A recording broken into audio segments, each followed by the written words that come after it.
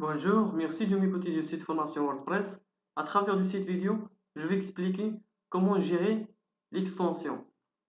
On l'a vu, sans peut-être même que j'ai évoqué vraiment le mot extension où je suis passé rapidement dessus, mais la première fois qu'on l'a vu, souvenez-vous, c'est quand on a cherché à améliorer l'éditeur qui se trouvait au sein des articles. C'est-à-dire que quand je modifie un article, j'ai mon petit éditeur. Cet éditeur-là, souvenez-vous, je vous ai dit qu'on pouvait l'améliorer, le customiser, et en fait on a fait ça à travers des extensions. Voilà. Seconde manière de faire, parfois arrivent des thèmes comme Dart.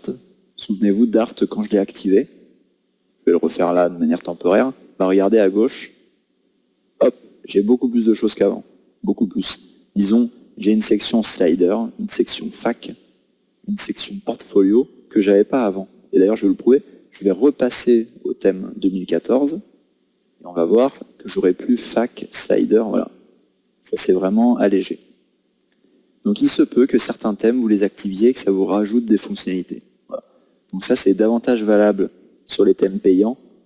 C'est plus rare que les thèmes gratuits voilà, rajoutent ce genre de fonctionnalités.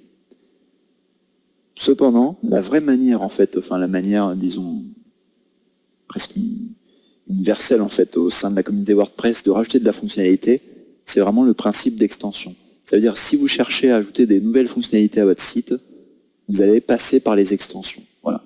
Le thème, c'est plus des contraintes de charte graphique. S'il embarque une multitude d'extensions, tant mieux. Mais souvent, c'est vraiment l'extension embarquée par le thème est là dans le seul but de faire en sorte que le thème s'affiche correctement. C'est-à-dire si c'est un thème qui vous a été présenté avec des sliders qui défilent à droite et à gauche, ça veut dire que ce thème-là, il faudra sûrement qu'il embarque une extension pour gérer les sliders.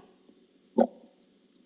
Dans le cas nominal des extensions, quand on clique ici, on voit en fait à l'écran toutes les différentes extensions. C'est ça qui va nous permettre de les gérer. Donc pour ajouter une extension, j'ai une vidéo séparée, qui est la vidéo juste après celle-là. Là, je vais juste parler de la gestion. La gestion, elle se passe de manière assez simple.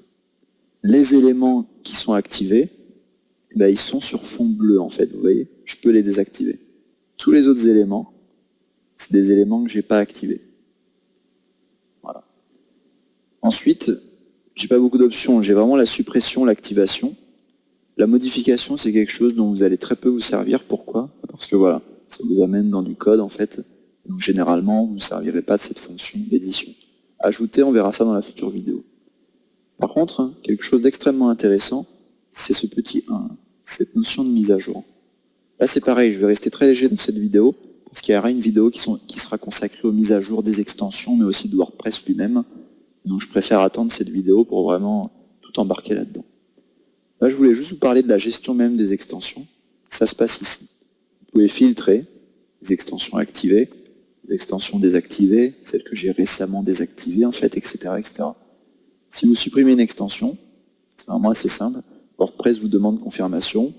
Oui, non. Vous pouvez voir la liste des fichiers qui seront supprimés, mais c'est plus technique, en fait, c'est tous les fichiers qui concernent l'extension. Et je valide en disant oui, supprimer ces fichiers. Auquel cas, voilà, les extensions sélectionnées ont été supprimées. Donc, en l'occurrence, une seule extension. Donc au niveau des extensions, plus vous en mettez, plus ça va en quelque sorte alourdir le fonctionnement de WordPress, à condition que l'extension soit activée. Si l'extension elle est désactivée, comme c'est le cas là, il n'y a pas de raison que ça surcharge WordPress. Les extensions, il y en a vraiment énormément. Ce qu'on va voir quand on va ajouter une extension, on va se rendre compte, si je clique rapidement sur l'extension, que j'ai ce qui s'appelle une sorte de WordPress Store, en fait, voilà, où je peux sélectionner mes extensions à la manière des thèmes, en fait. Je peux voir les extensions les plus populaires, etc. On va se rendre compte qu'il y a énormément d'extensions. Regardez, là, on parle de 35 000 éléments. Voilà. Donc, 35 000 extensions, c'est vraiment énorme. Il y a vraiment une extension pour toutes les utilisations. Ça veut dire si WordPress ne fait pas quelque chose que vous aimeriez faire, vous allez vraiment trouver l'extension et je vais vous montrer comment dans la prochaine vidéo. Merci beaucoup de m'avoir écouté.